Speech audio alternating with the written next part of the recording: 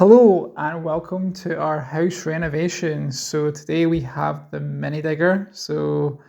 Mini digger is obviously quite useful tool. My friend, he's got one, so we got him in to help clear a lot of the foliage. So a big challenge we've had is with damp in the front of the house. Basically, the soil is bridging over the damp proof course, the DPC, and that's causing us a lot of challenges with the moisture in the house. So we're running a lot of dehumidifiers to try and keep the house dry, essentially. Unfortunately, it's been built up over time. The front driveway there has been layered up with tarmac and gravel and many attempts at layering it up. So basically, we had to dig it all out essentially. So got the mini digger in. We're clearing out the foliage first and foremost. So getting those trees out of there. They've been growing for a while and they're actually growing up the side of the house. So we can't really have that.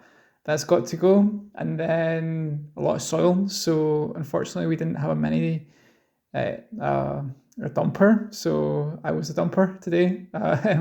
We got two wheelbarrows. So basically loading up with soil. And certainly if you're doing this yourself, the wheelbarrows are quite small. The mini digger can do a lot more mass than the little wheelbarrows can. And it certainly is one hell of a workout. So if you are doing it, you might want to look at an excavator.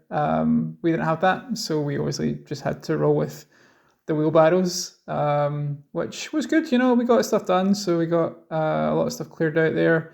Obviously, this is a time lapse or hyperlapse of what we got done in a day. You can really move quite a lot of soil when you get the digger going. It's really much quicker than if you're doing it by hand or by any other sort of means, I guess. You just got to be really careful. Obviously, getting too close to the house. You don't want to hit something on the house, do some damage. That's not great. You want to keep that nice and far away, obviously. So yeah, basically we did a lot of digging all out the front of the house there. We stopped for lunch at one point and got ready to go back at it. And honestly, it's like one hell of a workout. I would not recommend going to the gym before this. This is really gonna get you all worked up and worked out, and just a lot of work in general to get the house looking better. But hopefully, I guess we'll find out in the next few days just how much this has benefited the front of the house. And what you can't really see in the video is just once we scrape away all that topsoil, which was damp, you can see all the damp up on the bricks on the house, and a lot of the time it's above the vent, the air brick. So that's really not good. And the other thing, we basically had a bit of a drainage issue with stuff coming off the roof. So we had the downpipe there, obviously, in the corner, downpipe had a bunch of issues. We were basically had some holes drilled in it further up to try and release the water, so we had water coming out of it. So once we excavated the trench there, we sort of realised that it was all blocked up. There's a bit of tile from the roof at some point, a little broken bit of tile in there that was blocking things up, and then a lot of sludge came out. So that was a bit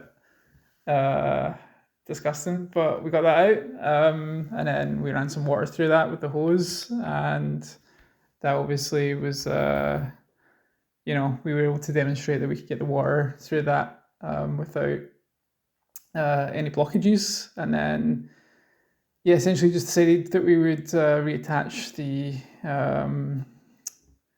drainage pipe there. That was really good. We got all that sorted. So and now it's all back in. So we're just trying to monitor the situation to see how it performs with the rain, making sure that the water is leaving the building. Certainly, if you do have field drains like we have, because we're not connected to the main drainage system here, because we're a little bit outside civilization. So you'd have to use the field drains, and you might get these sort of situations where there's stuff being built up over the years and it's never been cleaned, and there's no way to really access it unless you do a lot of excavation. So we did a lot of excavation, and yeah, I mean, it seemed to work pretty well, which is good. So we were all excited about that. And yeah, certainly if you're trying to get a lot more stuff done in a day, mini digger is obviously a great way to go.